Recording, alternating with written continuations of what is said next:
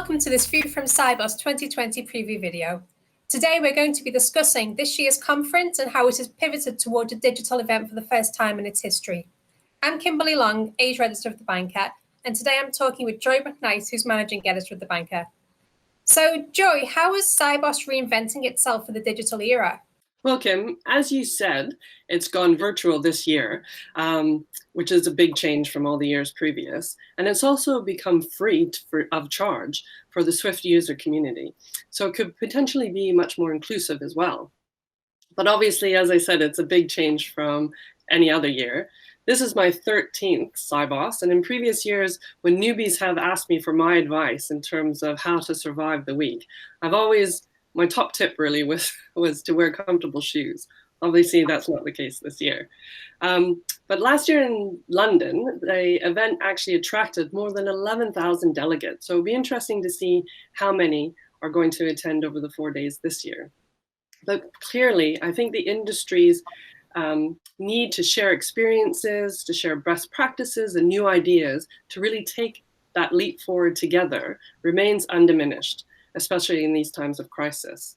So this year, the main theme is really around the evolution of smart finance. And it's going to cover areas such as delivering digital value, responsible innovation, banking for humanity, and the future of finance, which are all really big themes, obviously. But I think it's going to be the banking for humanity topic that really comes to the fore in a lot of the different sessions that are planned over the week.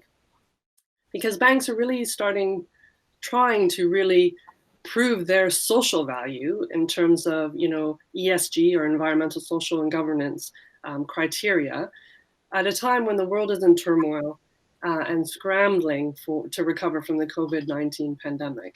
And if you think about it, the transaction banks have always had a vital role to play, whether that's through payments, liquidity and cash management, supply chain finance, and also trade finance. And many of the banks this year have really stepped up their efforts to give their corporates and FI clients the support needed to survive.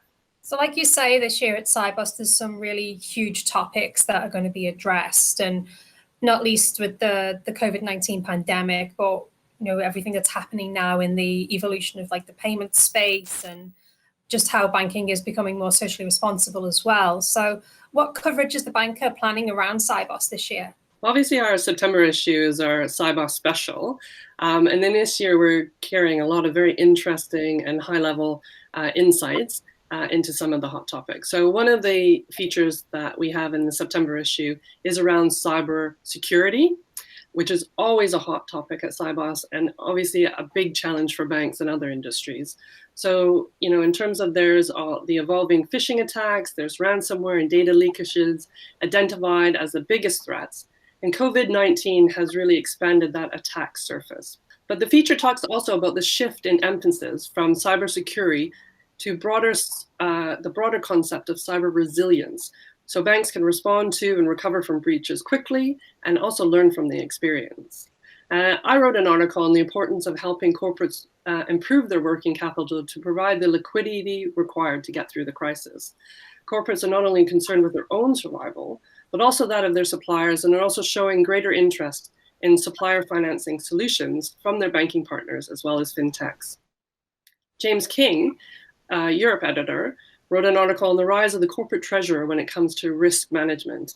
And you yourself, you wrote on managing new payment methods. So Kim, what were the main takeaways from your feature?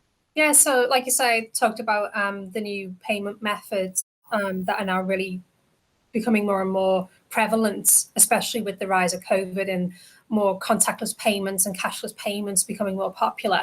So kind of looking at it really from that Asia perspective where it can be quite natural for a consumer to have a choice between, whether it's cash, cards, QR codes, cashless payments, there's a whole range there. But then that creates issues then in the back office systems, really, like how to reconcile all these payments, how to pull these together, and really how banks are now starting to develop the systems that can actually help companies to really pull these together so that they can actually reconcile it really simply and pull together all the funds into one pool. It's a really complex issue, I think, that actually really needs to be addressed now, and especially with more expectations around things like real-time payments and cross-border payments and simplified FX. It's something that it's like the next stage now in the payments process. Well, that sounds so interesting.